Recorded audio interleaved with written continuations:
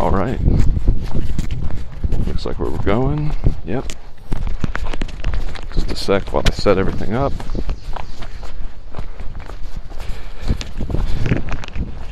Let's see. Where is the mic? Trying to make this so it doesn't swish on my shirt the whole fucking time.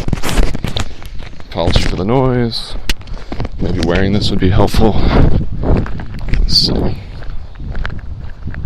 Alright. These are still not the best headphones, and that's an understatement. It's 9 a.m. Wednesday, May 22nd. We're out here. We finished up the hike yesterday. An easy 20 and a half miles at a camp store close to it was like less than a mile away from where we were staying for the night.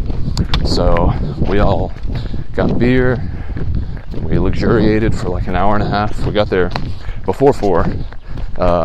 Pooh Bear, Forrest, and we pushed for the last hour and had like a 3.8 mile an hour pace.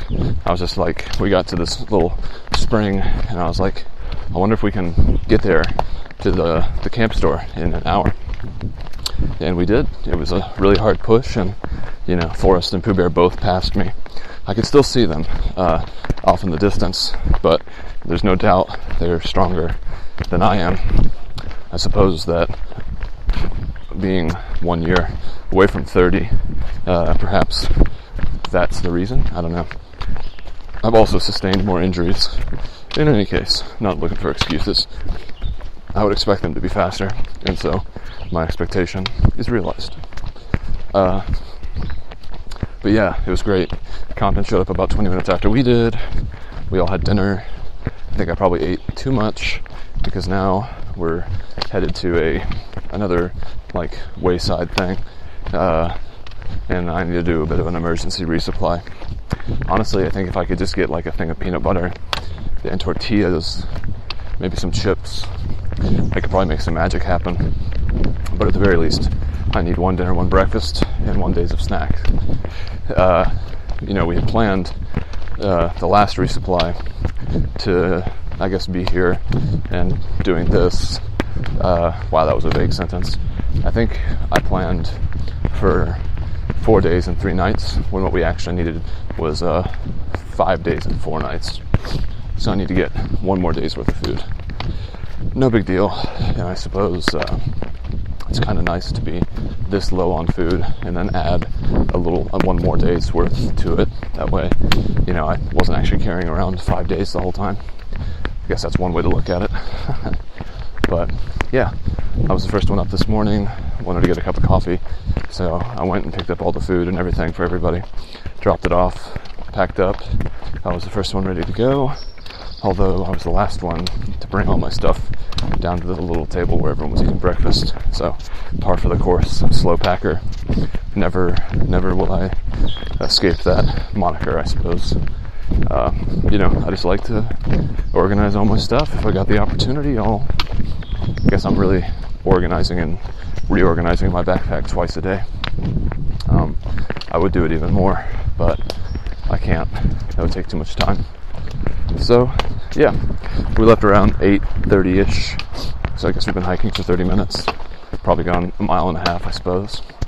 And the lodge place is 7 miles down the trail, and we have a 26-mile day. So should be a pretty long one, but I'm kind of glad that we've been sleeping in a bit.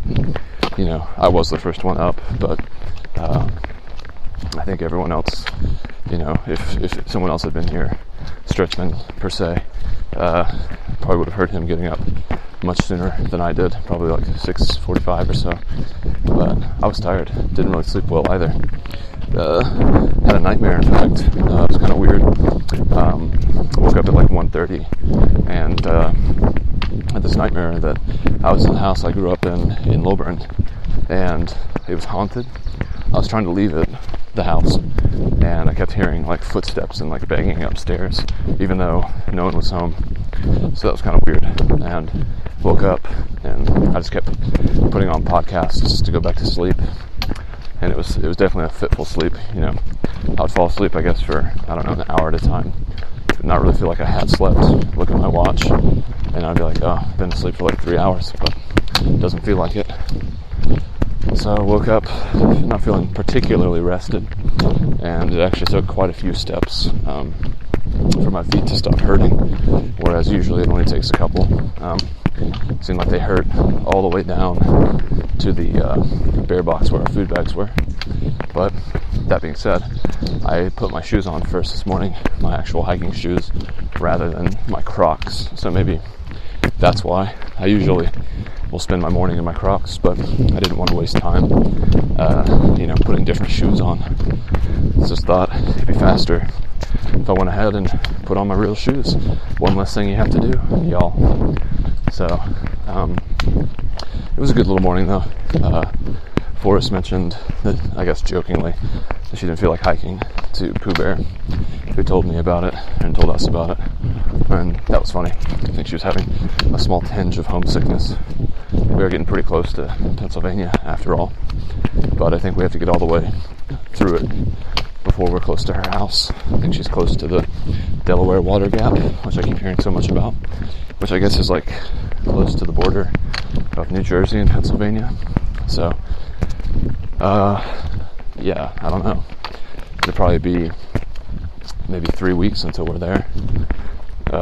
Maybe less. I don't know. Maybe like 2 and some change. Because we're going to do that 40-mile day, and Virginia's almost over. So hard to say. Catching up with the folks. Trying to put some distance. Slowing down.